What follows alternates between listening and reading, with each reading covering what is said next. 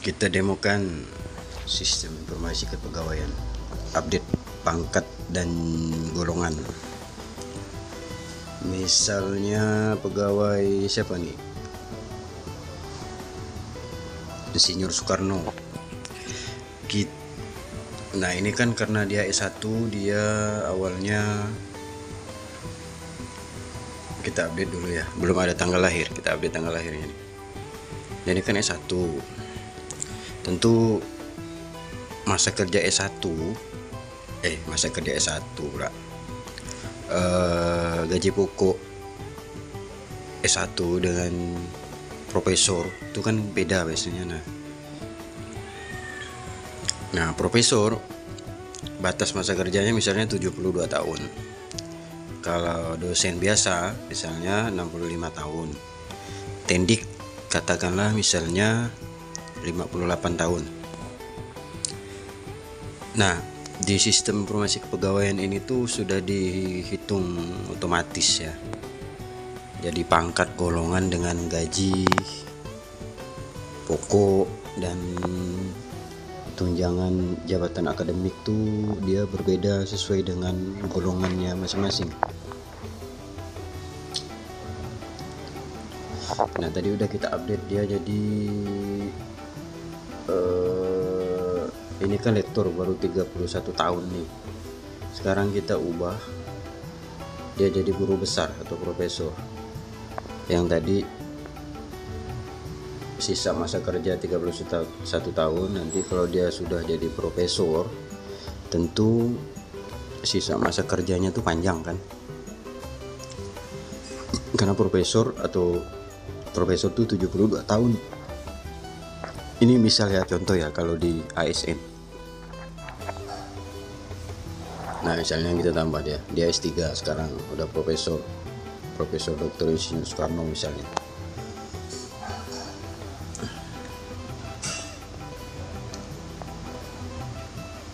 Tanggal lahir misalnya dia kelahiran tahun 1990, berarti masih muda benar nih profesor nih.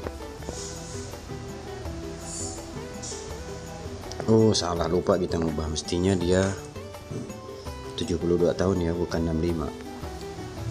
Tapi enggak apa-apa, ini contoh aja.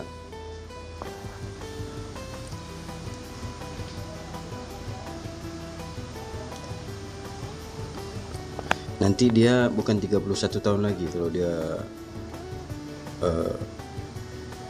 profesor nih. Nah, dia golongan 4D misalnya.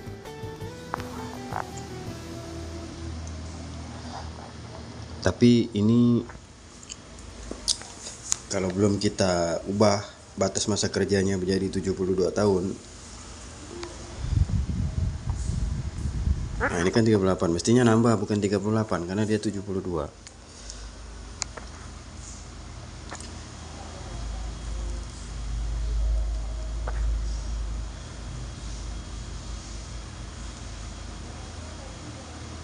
Pendidikannya ini masih S1, lupa kita ngubahnya. Nanti kita sediakan untuk update. Kalau dia sudah profesor kan tentu dia tuh S3 misalnya.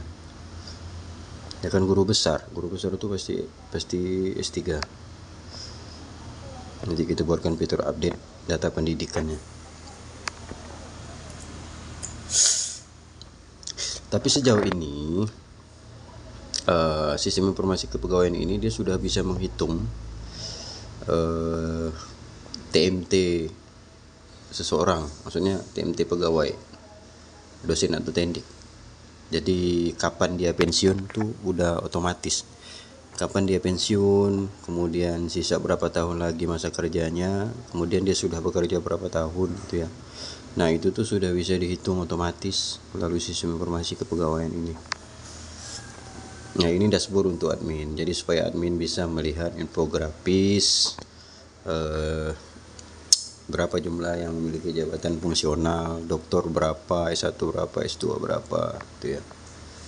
Kemudian ini juga nih di setiap prodi dan berapa orang yang tugas belajar dari tahun ke tahun, berapa orang.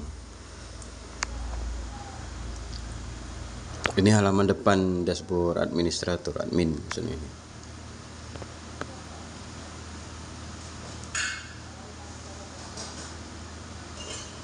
Nah ini tadi isinya Soekarno itu pangkatnya udah sesuai ya, tinggal mengubah. Sebenarnya ada fitur di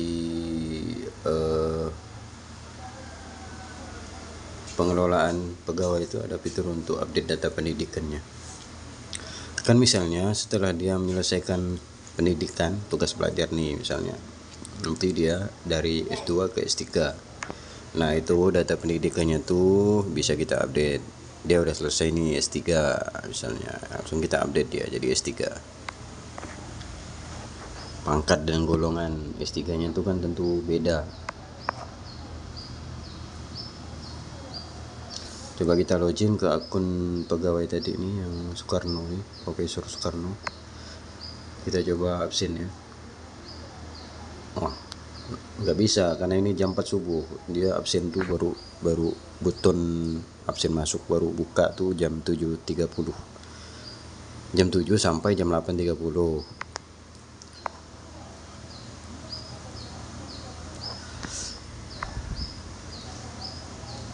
Nah, ini menu untuk pegawai ya.